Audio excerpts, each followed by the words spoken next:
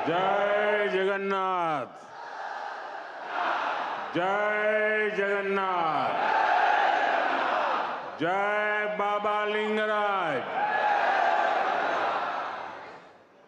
मोर प्रिय ओडिशावासी को नमस्कार, जोहार। ओडिशा के राज्यपाल हरिबाबू जी, हमारे लोकप्रिय मुख्यमंत्री मोहन चरण मांझी जी,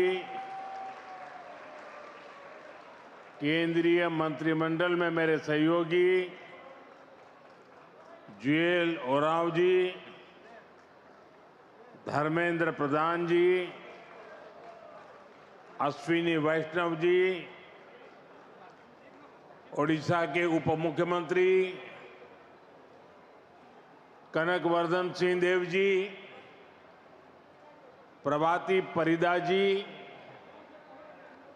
राज्य सरकार के अन्य मंत्रीगण, सांसद और विधायकगण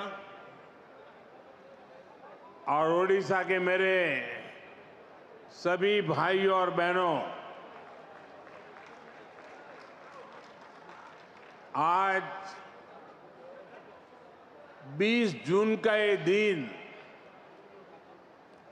बहुत विशेष है। आज ओडिशा की पहली बीजेपी सरकार ने सफलता के साथ 1 साल पूरा किया है।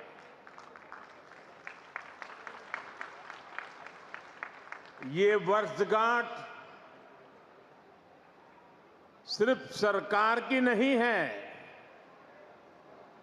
ये सुशासन की स्थापना की वर्षगांठ है। यह 1 साल जन सेवा और जन विश्वास को समर्पित है। ये ओडिशा के करोड़ों मतदाताओं के विश्वास पर खरा उतरने के ईमानदार प्रयास का एक शानदार वर्ष है। मैं ओडिशा की जनता का, आप सभी का हृदय से अभिनंदन करता हूं। मैं मुख्यमंत्री श्रीमान मोहन मांझी जी और उनकी पूरी टीम को भी बहुत बहुत बधाई देता हूं। आप सभी ने प्रशंसनीय काम करके ओडिशा के विकास को नई गति दी है। साथियों, ओडिशा सिर्फ एक राज्य भर नहीं है, ये ओडिशा भारत की विरासत का दिव्य सितारा है।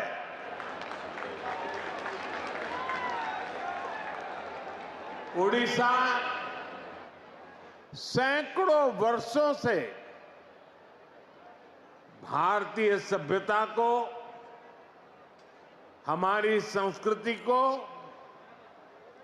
समृद्ध करता रहा है। इसलिए आज जब विकास और विरासत का मंत्र भारत की प्रगति का आधार बना है, तब ओडिशा की भूमिका और बड़ी हो गई है। बीते 1 वर्ष में ओडिशा ने विकास भी और विरासत भी इस मंत्र को आत्मसात करके दिखाया है। इस मंत्र पर तेजी से आगे बढ़ा है। साथियों, ये सुखद संयोग है कि जब ओडिशा की बीजेपी सरकार अपने 1 साल पूरे कर रही है, तब आप सभी भगवान जगन्नाथ जी की रथ यात्रा की तैयारियों में जुटे हैं। महाप्रभु हमारे लिए आराध्य भी है, प्रेरणा भी है और महाप्रभु के आशीर्वाद से श्री मंदिर से जुड़े विषयों का समाधान भी हो गया है। मैं मोहन जी और उनकी सरकार का अभिनंदन करता हूं कि उन्होंने करोड़ों करोड़ों भक्तों के निवेदन का मान रखा। यहां सरकार बनते ही श्री मंदिर के चारों द्वार खोल दिए थे। श्री मंदिर का रत्न भंडार भी खुल गया है और ये कोई राजनीतिक जय विजय का विषय नहीं है। ये करोड़ों भक्तों की आस्था का सम्मान करने का कार्य हुआ है। साथियों, अभी 2 दिन पहले मैं कनाडा में G7 समिट के लिए वहां था और अमेरिका के राष्ट्रपति ट्रंप ने मुझे फोन किया। उन्होंने कहा कि अब कनाडा तो आए ही हैं, तो वॉशिंगटन होकर के जाइए, साथ में खाना खाएंगे, बातें करेंगे। उन्होंने बड़े आग्रह से निमंत्रण दिया। मैंने अमेरिका के राष्ट्रपति को कहा कि आपका निमंत्रण के लिए धन्यवाद, मुझे तो महाप्रभु की धरती पर जाना बहुत जरूरी है।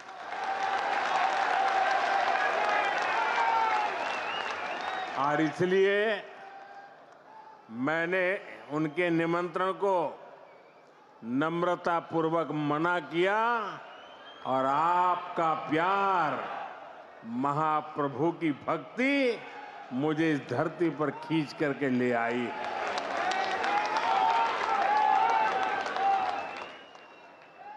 भाइयों बहनों, आजादी के बाद दशकों तक देश में लोगों ने कांग्रेस का मॉडल देखा।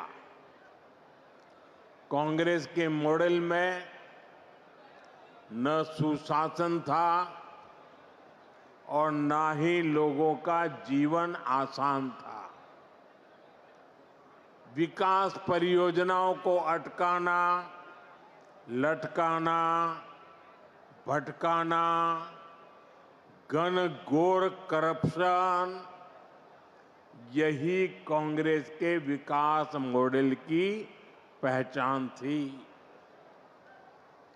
अब देश पिछले कुछ वर्षों से व्यापक तौर पर बीजेपी का विकास का मॉडल देख रहा है। बीते दशक में देश के कई राज्य ऐसे हैं जहां पहली बार भाजपा की सरकारें बनी है। इन राज्यों में सिर्फ सरकार नहीं बदली, बल्कि सामाजिक और आर्थिक परिवर्तन का भी नया दौर शुरू हुआ है। मैं आपको पूर्वी भारत के ही उदाहरण देकर के समझाना चाहता हूं। मैं एक उदाहरण देता हूं असम का। असम में एक दशक पहले तक स्थितियां बहुत खराब थी। अस्थिरता, अलगाव, हिंसा, यही सब कुछ असम में नजर आता था। लेकिन आज असम विकास के नए रास्ते पर दौड़ रहा है।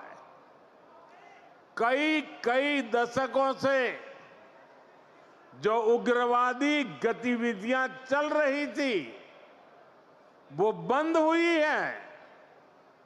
आज असम कई पैमानों में देश के दूसरे राज्यों से आगे निकल रहा है। इसी तरह दूसरा एक राज्य का मैं उल्लेख करूंगा, त्रिपुरा। त्रिपुरा में भी कई दशकों से वामपंथी शासन के बाद लोगों ने भाजपा को पहली बार अवसर दिया। त्रिपुरा भी विकास के हर पैमाने पर काफी पीछे चल रहा था। इंफ्रास्ट्रक्चर बेहाल था, सरकारी सिस्टम में लोगों की सुनवाई नहीं होती थी, हिंसा और भ्रष्टाचार से हर कोई परेशान था। और जब से भाजपा को सेवा करने का अवसर मिला, आज त्रिपुरा शांति और प्रगति की मिसाल बन रहा है। साथियों, हमारा ओडिशा भी दशकों से अनेक समस्याओं से जूझ रहा था। गरीब तक, किसान तक उनका पूरा हक नहीं पहुंच पाता था। भ्रष्टाचार और लाल फीताशाही हावी थी। ओडिशा का इंफ्रास्ट्रक्चर बेहाल था। ओडिशा के अनेक क्षेत्र विकास में और पीछे छूटते जा रहे थे। ऐसी अनेक चुनौतियां ओडिशा का दुर्भाग्य बन गई थी। इन चुनौतियों के समाधान के लिए बीते एक साल में भाजपा सरकार ने पूरी मजबूती के साथ काम किया है। साथियों, विकास का जो डबल इंजन यहां चला है उसका फायदा भी दिख रहा है। आज भी यहां जो हजारों करोड़ रुपए के प्रोजेक्ट का शिलान्यास और लोकार्पण हुआ है, उसमें डबल इंजन की छाप है। उड़ीसा में डबल इंजन ने यहां की जनता का डबल बेनिफिट किया है। मैं एक उदाहरण देता हूं। आप भी जानते हैं, लंबे समय तक ओडिशा के लाखों गरीब परिवार आयुष्मान योजना से बाहर थे। आज आयुष्मान भारत जन आरोग्य योजना और गोपबंधु जन आरोग्य योजना, दोनों इंजन यहां चल रहे हैं। इससे ओडिशा के करीब 3 करोड़ लोगों को मुफ्त इलाज का लाभ मिलना तय हुआ है। और सिर्फ ओडिशा के अस्पतालों में ही नहीं, बल्कि अगर देश के दूसरे राज्यों में भी यहां से कोई काम करने गया है तो वहां भी जरूरत पड़ने पर उसको मुफ्त इलाज मिलना शुरू हुआ है। मैं देख रहा हूं, मैं मेरा जन्म गुजरात में हुआ और हमारे यहाँ सूरत में एक प्रकार से मैं कहूँगा कि आप 2 कदम चले और कोई न कोई उड़िया आदमी मिलेगा आपको। इतने उड़ीसा के लोग सूरत में रहते हैं। अब इस योजना का लाभ सूरत में रहने वाले मेरे उड़ीसा के भाई बहनों को भी मिलेगा। अभी तक उड़ीसा के जिन 2 लाख लोगों का इलाज इस योजना के तहत हुआ है, उसमें अनेकों लोगों ने देश के 1 दर्जन से ज्यादा राज्यों में मुफ्त इलाज पाया है। 1 साल पहले तक इतने सारे साथियों को मुफ्त इलाज की ऐसी सुविधा संभव ही नहीं थी। इस डबल इंजन के साथ सोने पर सुहागा वाली बात भी हुई है। यहां ओडिशा में 70 साल से ऊपर के 23 लाख से ज्यादा बुजुर्ग हैं। उन्हें प्रधानमंत्री वय वंदना योजना के माध्यम से 5 लाख रुपए तक का मुफ्त इलाज मिलना पक्का हुआ। यानी सामान्य परिवारों की बहुत बड़ी चिंता कम करने का काम हमारी सरकार ने किया है। इसी तरह पहले उड़ीसा के किसानों को किसान सम्मान निधि का पूरा लाभ नहीं मिल पाता था। जब उड़ीसा के किसानों को केंद्र और राज्य दोनों की योजनाओं का डबल लाभ मिलना शुरू हो गया है, हमने किसानों को धान का अधिक मूल्य देने की जो गारंटी दी थी, उसका भी लाखों धान किसानों को लाभ मिला है। साथियों, केंद्र की ऐसी कई योजनाएं हैं जिनका पूरा लाभ पहले उड़ीसा को नहीं मिल पाता था। आज केंद्र और राज्य दोनों सरकारों की योजनाओं का बेनिफिट लोगों को मिल रहा है। यही नहीं, चुनाव के दौरान जो भी गारंटियां माताओं, बहनों, किसानों और नौजवानों को हमने दी थी, उनको तेज गति से जमीन पर उतारा गया है। साथियों, हमारी सरकार की एक बहुत बड़ी उपलब्धि वंचितों के सशक्तिकरण की रही है। उड़ीसा में तो बहुत बड़ी संख्या में हमारा जनजातीय समाज रहता है, लेकिन दुर्भाग्य से अतीत में आदिवासी समाज को निरंतर उपेक्षा मिली। उनके हिस्से में पिछड़ापन रहा, गरीबी रही, अभाव रहा। लंबे समय तक जिस पार्टी ने देश पर शासन किया, उसने आदिवासियों को अपनी राजनीति के लिए इस्तेमाल किया। इन लोगों ने आदिवासी समाज को न विकास दिया, न भागीदारी दी। इन लोगों ने देश के बड़े हिस्से को नक्सलवाद, हिंसा, अत्याचार की आग में धकेल दिया। साथियों, हालात ये थे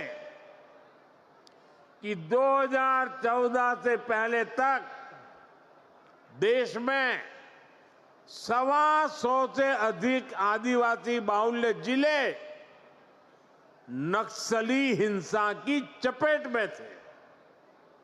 आदिवासी क्षेत्रों को रेड कॉरिडोर के नाम पर बदनामी दी गई थी।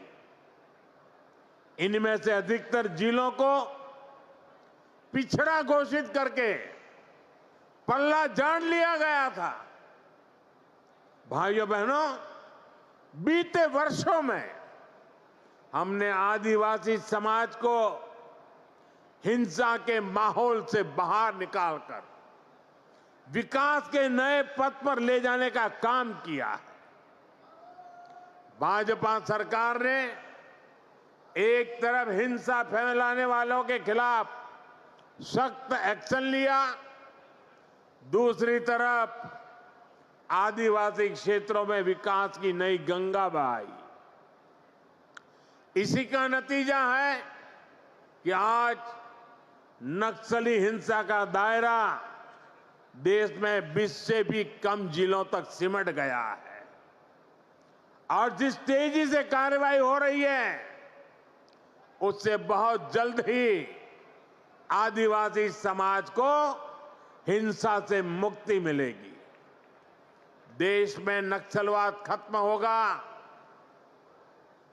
और ये मोदी की गारंटी है।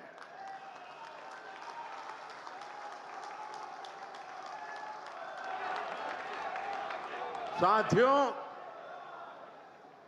आदिवासी साथियों के सपने पूरे करना, उन्हें नए अवसर देना, उनके जीवन से मुश्किलें कम करना हमारी सरकार की प्राथमिकता है। इसलिए पहली बार जनजातीय विकास के लिए दो बहुत बड़ी राष्ट्रीय योजनाएं देश में बनी है।